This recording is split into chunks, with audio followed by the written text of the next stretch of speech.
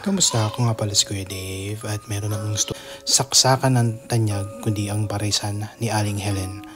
Kilala siya sa buong bayan kahit sa mga kalapit lugar dahil sa napakasarap niyang luto. Ang sabaw, malasa at mainit at ang karne ay tila natutunaw sa bibig mo. Pero ang kakaibang bagay tungkol sa kanyang karinderya ay ito.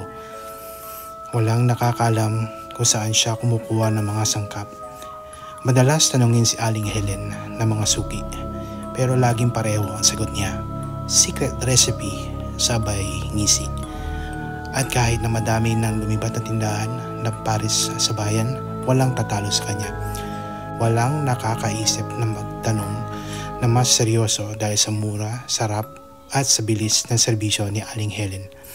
Isang gabi, dumayo kaming magkakaibigan kina Aling Helen. Maghapon kami naglaro ng basketball at lahat kami nagutom. At lahat kami gutom na gutom. Pagdating namin, napansin kong tahimik ang paligid.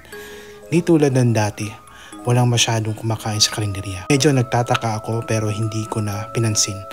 Ang mahalaga ay mabusog kami. Pagpasok namin, agad kaming sinalubong ni Aling Helen.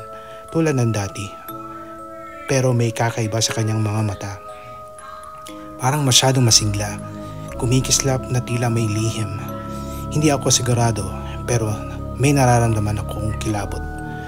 Tinitigan ko ang kanyang mga kamay habang inilalapag ang menu sa aming lamesa. Maputla ang kanyang balat, parang walang ng dugo. Bagong putahe, sabi niya. Subukan nyo, espesyal na espesyal. Hindi ako agad sumagot pero gutom ang nangingibabaw kaya't umorder kami. Ilang minuto lang ang lumipas. Inilapag na niya sa mesa ang aming mga pares. Ang amoy ng sabaw ay nakakaakit, parang isang halimuyak na di mo matanggihan. Isang subo pa lang, napapapikit ako sa sarap. Wala na akong narinig sa paligid. Parang ako lang at ang pagkain ko ang natira sa mundo.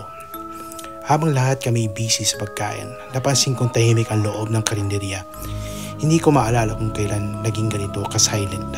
Binaling ko ang aking mata sa paligid at doon ko lang napansin ang mga kakaibang bagay.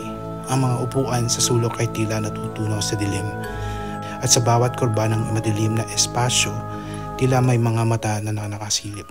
Agad kong ipinilig ang ulo ko at pilit na pinawi ang kaba. Inisip kong pagod lang ako kaya guni-guni lang ito. Pero sa isang kisap mata, bigla kong nakita si Aling Helen sa sulok ng karinderya.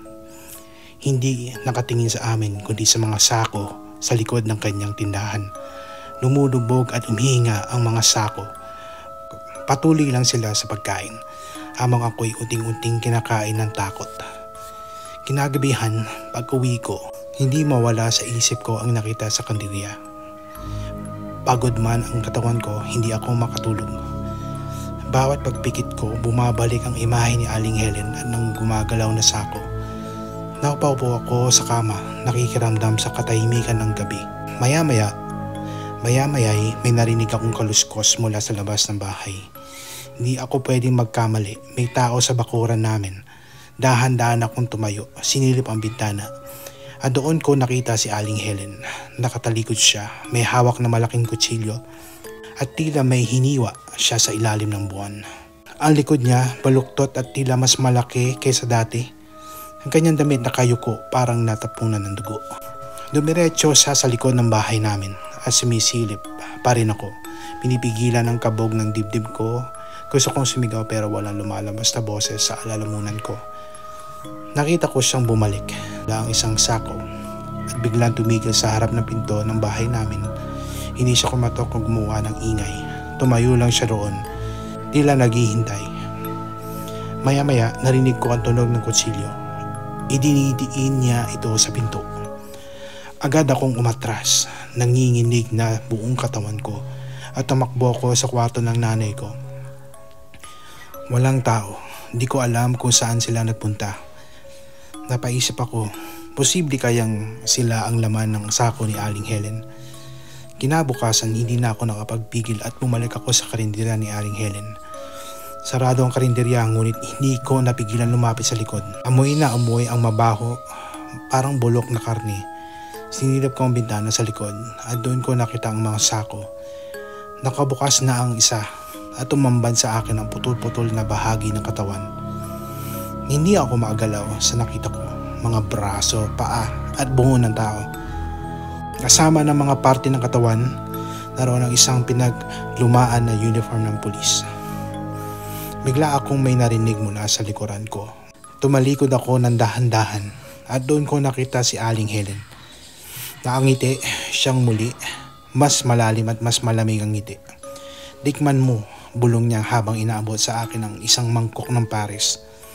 Nanginginig akong mga kamay ko pero hindi ko magawang tanggihan. Ibinigay ko ang aking kamay, kinuha ang mangkok at habang tinitigan ko ang sabaw, isang bagay ang natanaw ko sa ilalim ng karne. Isang piraso ng kuko ng tao. Subukan mo. Sabay lapit ni Aling Helen. Halos idikit ang mukha niya sa akin. Ramdam ko ang malamig na hininga niya sa aking tenga. Baka ikaw na ang susunod kong espesyal na putahe.